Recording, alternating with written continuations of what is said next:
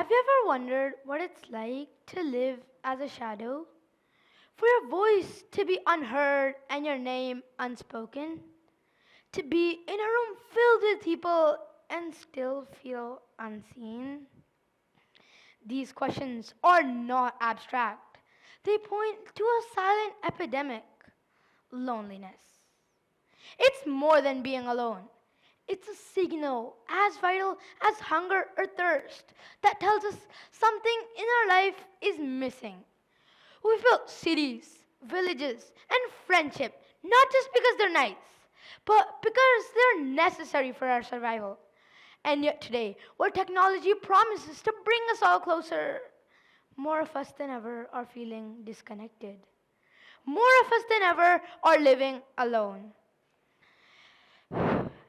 I would like to say that loneliness touches all ages: children, teenagers, adults, and senior citizens. For children who are aged between 8 and 14, 35% of them report to feel lonely often. For teenagers who are aged between 13 and 19, this ratio jumps to 45%. For those who are aged between 40 to 60, the ratio is 46%. And for the senior citizens, this ratio is between 42% and 49%, with a higher chance of a cognitive decline, mortality, and depression. I myself felt the shadow of loneliness when I had nobody to talk to or nobody to share my thoughts with. I thought the way to deal with this was to upskill myself and keep myself busy. So that's how I wrote 4 best selling books. But as I kept pouring my thoughts into my books, I found out something. It's not always about doing more or achieving more, it's about connecting more. When I was little, my grandparents used to tell me stories about how life in their villages used to work, how everyone knew everyone. If someone was sick, the whole village would come to share food and meals. And if there was a wedding, the whole community would come to celebrate together.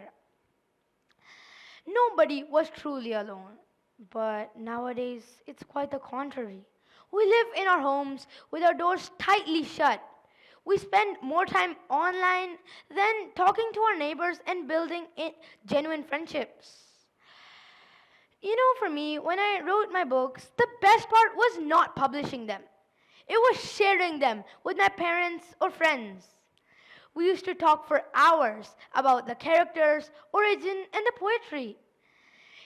That's when I realized that true connection comes from being valued, listened to, and heard. That loneliness can cause major side effects. Loneliness also has many disadvantages. Thank you for asking. But how can we build such connections?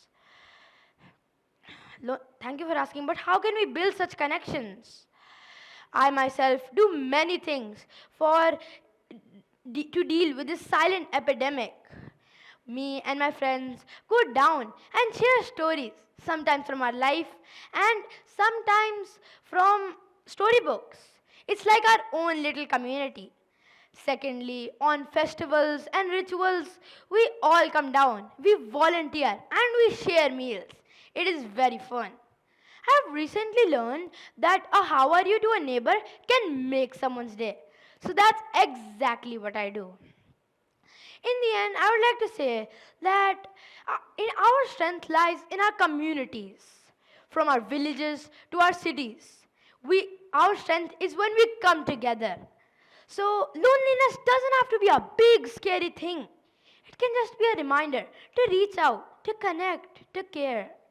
So the next time you feel lonely, don't look inward. Look around. Start a conversation, join a group, or share a meal. Because the best way to deal with loneliness is to remind yourself that you are not alone. In the end, I would like to leave you with this. What small step can you take to bring connection into someone's life? What role can you play to create a world where no one has to endure loneliness in silence? Thank you.